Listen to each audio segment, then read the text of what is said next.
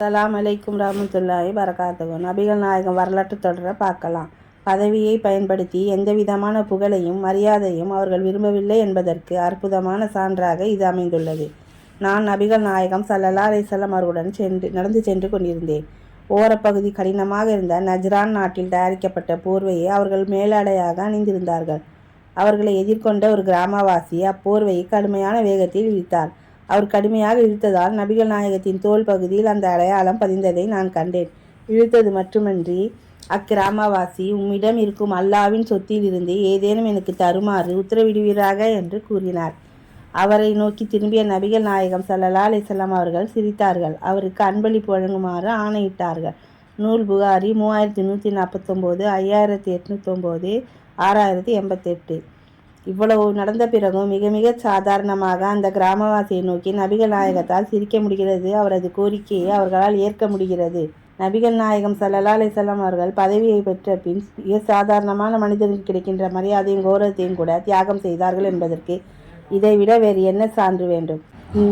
இந்நிகழ்ச்சி ஏதோ ஒரு தடவை அவர்கள் வாழ்வில் நடந்த நிகழ்ச்சியாக கருதிவிடக்கூடாது. மக்களிடம் சர்வ சாதாரணமாக முகமது பழகுகிறார். யாரும் அவரை நெருங்கலாம், எப்படி வேணுமானாலும் கோரிக்கையை முன்வைக்கலாம், நீண்ட நாள் பழகிய நண்பனுடன் எடுத்துக்கொள்ளும் உரிமையை எடுத்துக்கொள்ளலாம். எப்படி நடந்தாலும் அவர் கோபம் கொள்ள மாட்டார், தேவைக்கேற்ப வாரி வழங்குவார் என்றெல்லாம் மக்கள் மத்தியில் பிரபலமாக இருந்ததால் தான் அறிமுகமில்லாத கிராமவாசிக்கு இப்படி நடக்க முடிந்தது.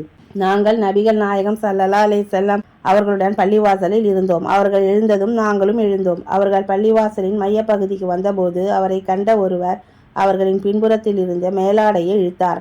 அவர்களின் மேலாடை முரட்டு துணியாக இருந்ததால் அவர்களின் பிடரி சிவந்து விட்டது. முகமதே, எனது 2 ஒட்டகங்கள் நிறைய பொருட்களை தருவீராக. உமது செல்வத்தில் இருந்தோ உமது தகப்பனாரின் செல்வத்தில் இருந்தோ நீ தரப்போவதில்லை என்று அம்மனிதர் கூறினார்.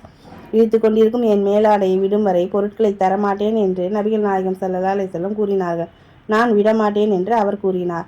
இவ்வாறு 3 முறை நபிகள் நாயகம் ஸல்லல்லாஹு அலைஹி வஸல்லம் கூறிய போது 3 முறையும் விடமாட்டேன் என்றார். அந்த கிராமவாசியின் கூட்டை நாங்கள் செவியுற்ற போது அவரை நோக்கி விரைந்தோம்.